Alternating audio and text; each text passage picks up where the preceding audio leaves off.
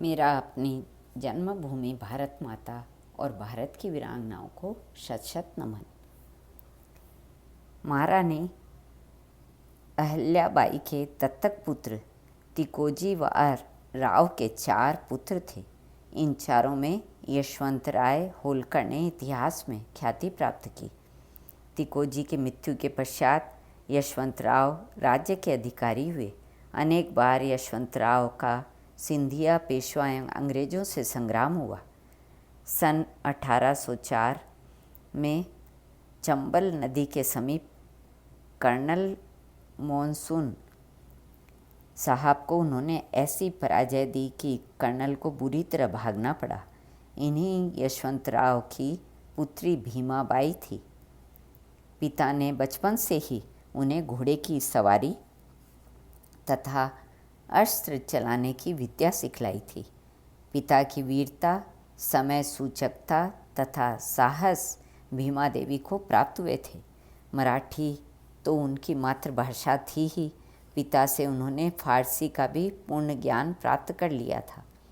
यशवंतराव के समय में ही अपने सौंदर्य के कारण तुलसीबाई नामक एक दासी का होलकर महाराज के मन पर और साथ ही राजभवन पर भी अधिकार हो गया था। होलकर की मृत्यु पर इसी दासी ने राज्य पर अधिकार किया। उसने एक दत्तक पुत्र भी लिया था। दासी अत्यंत अहंकारिणी थी। उसके अत्याचारों से प्रजा में असंतोष फैल गया था। सभी उसके द्वारा उत्पीड़ित हो रहे थे। भीमाबाई उस समय पतिगृह में थी। भीमाबाई को समाचार मिला। पिता के राज्य की अव्यवस्थित दशा से उन्हें अत्यंत खेद हुआ। उनके पति का देहांत हो गया था। उन्होंने कर्नल मालकम से कहा, जान पड़ता है कि होलकर राज्य एवं होलकर कुटुंब का अंत समीप है। इस समय इस परिवार के महान गौरव की रक्षा करने वाला मेरे अतिरिक्त कोई रहा नहीं। मैं असहाय विधवा हूँ। मेरे कोई पुत्र भी नहीं है। समस्त प्रपंचों से पृथक होकर मुझे भगवान का भजन करना चाहिए। फिर भी इस कठोर विपत्ति के समय पितृकुल के सम्मान की रक्षा के लिए मुझे राज्य कार्य में हाथ डालना होगा और राज्य का संरक्षण करना होगा। सन 1817 में महिदपुर में अंग्रेज़ों के विरुद्ध होलकर सेना का भाग्य ने साथ नहीं दिया। भीमाबाई पराजय स्वीकार करने वाली स्त्री नहीं थी। उन्होंने थोड़ी सेना संगठित कर ली। उनका निवास पड़ोस में बना। छत्रपति शिवाजी का अनुसरण करके उन्होंने छापा मारना प्रारंभ किया। अंग्रेजी खजाने, चौकियाँ तथा सामग्री रखने के स्थान लूटे जाने लगे। सर मालकम बहुत बड़ी सेना के साथ भीमाबाई के निवास के अन्वेषण में निकले थे।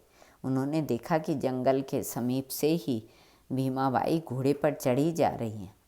सर मालकम ने उन्हें जीवित पकड़ने का विचार किया। इससे अच्छा अवसर मिलना कठिन था।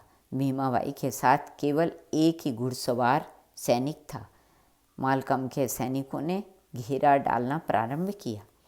भीमाबाई का साथी सैनिक आदेश पाकर घेरा पूरा होने से पहले भाग गया।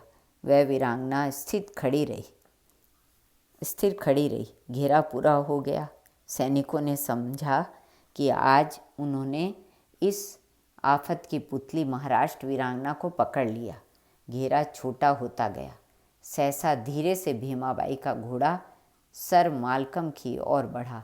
सब ने समझा कि विवश होकर वे आत्मसमर्पण करने जा रही हैं। घुड़सवार सैनिक की अटूट पंक्ति चारों ओर उन्हें घेर चुकी थी। घोड़ा ठीक मालकम के सम्मुख पहुंचा। एक एड़ लगी और ठीक सेनापति सर मालकम के सिर के ऊपर से वह महाराष्ट्र अश्व अपनी स्वामिनी को लेकर घेरे के बाहर हो गया। अब दौड़ धूप और बंदूकों की गोलियां व्यर्थ थी। अंग्रेजी घोड़े उस महाराष्ट्र घोड़े के समान नालों को कूदते, पत्थरों पर उछलते, झाड़ियों को चीरते जाने में असमर्थ थे। एक पूरी सेना को अपने धैर्य, साहस और कौशल से अकेले छकाकर वह गौरवमयी नारी कहाँ गई, उनका क्या हुआ, इतिहास इस संबंध में मूक है। भारत माता की जय।